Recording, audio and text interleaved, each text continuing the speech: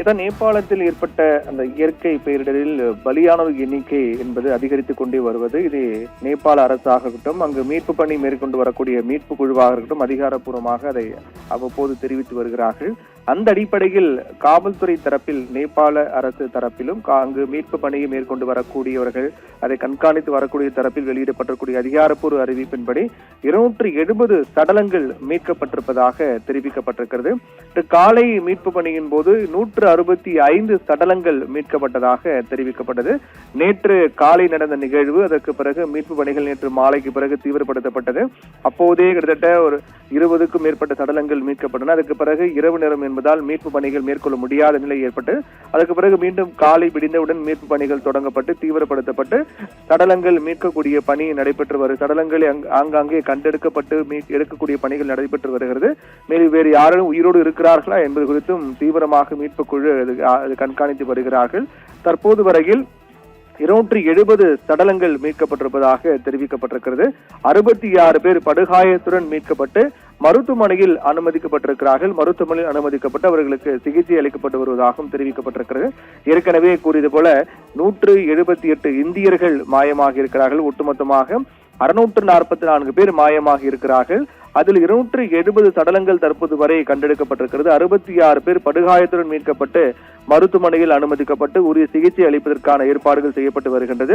அது சடலங்கள் மீட்கக்கூடிய இடம் பொறுத்தவரையில் குறிப்பாக 3 குறிப்பிட்ட பகுதியில் தான், ரசுவா, அதே போன்று நுவாகோட், கோர்கா ஆகிய 3 மாவட்டங்கள், அந்த பகுதியில் தான் அதிக அளவிலான சடலங்கள் கிடைப்பதாக தெரிவிக்கப்பட்டிருக்கிறது. என்றால் அங்குதான் அதிக அளவிலான பாதிப்பு ஏற்பட்டது. அதாவது இமயமலையிலும் தொடங்கக்கூடிய சீனா மற்றும் நேபாள எல்லையொட்டி பகுதியில் தொடங்கக்கூடிய லெண்டேகோலா ஆறு, அந்த ஆறு, அதற்கு பிறகு அங்கு ஏற்பட்ட அந்த சீற்றம், அதை தொடர்ந்து ஏற்பட்ட அந்த போடோகோஷி ஆறு, அதை தொடர்ந்து ரசுவாகடி என்று தொடர்ந்து அடுத்தடுத்த பகுதியில் மிக தீவிரமான பாதிப்பு ஏற்பட்டது. இது ரசுவா என்ற பகுதியில் தான் அதிக அளவிலான பாதிப்பு ஏற்பட்டது. அங்குதான் சடலங்கள் அதிக அளவில் கண்டெடுக்கப்பட்டு வருகிறது. ரசுவா மற்றும் நுவாகோட் ஆகிய பகுதியில் தான் சடலங்கள் அதிகமாக கண்டெடுக்கப்பட்டு வருகிறது. ஒட்டுமொத்தமாக இப்போது வரை 270 சடலங்கள் கண்டெடுக்கப்பட்டிருக்கிறது. இது மிகப்பெரிய ஒரு சவால் என்னவென்றால், இயற்கை சூழல் ஓரளவுக்கு சாதகமாக இருந்தாலும் கூட அங்க மீட்பு பணியை பொறுத்தவரையில் முழுவதுமாக அந்த இயற்கை பெருவெள்ளம், காட்டாற்று வெள்ளம் என்பது கரை புரண்டு அந்த